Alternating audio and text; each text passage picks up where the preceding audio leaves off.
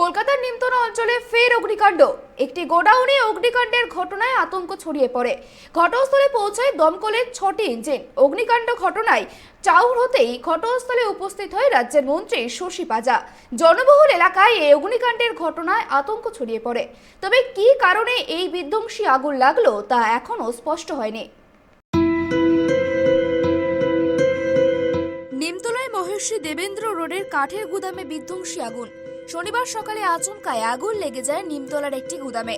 ঘটনাস্থলে পৌঁছায় দমকলের 6টি ইঞ্জিন। ঘিঞ্জি এলাকা এবং আশেপাশে প্রচুর দাহ্য পদার্থ মজুদ থাকায় আতঙ্ক ছড়ায়। স্থানীয় বাসিন্দাদের নিরাপদ দূরত্বে সরে যেতে বলে মাইকে সতর্ক করে জোড়াবাগান থানার পুলিশ। স্থানীয় সূত্রে খবর, সকাল 10টা নাগাদ একটি কাঠের গুদামে আগুন লাগে। দ্রুত আগুনের গ্রাসে চলে যায় আশেপাশের আরো কয়েকটি গুদাম। কালো ধোঁয়ায় ঢেকে যায় চারপাশ। ঘটনাস্থলে যান স্থানীয় তৃণমূল বিধায়ক শশী পাজা।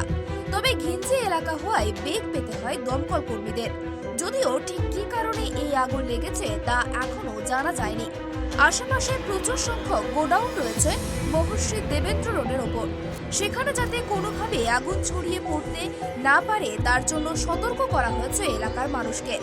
চলতি বছর মে মাসে চাঁদনি চকে একটি কাপড়ের দোকানে এইভাবেই বিধ্বংসী আগুন লেগেছিল।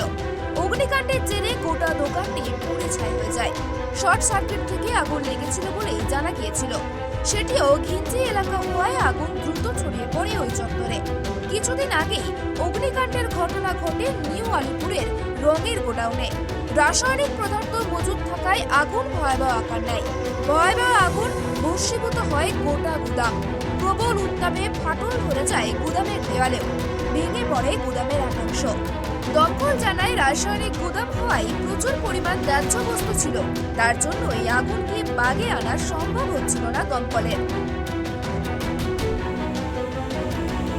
Bureau report, tribe TV.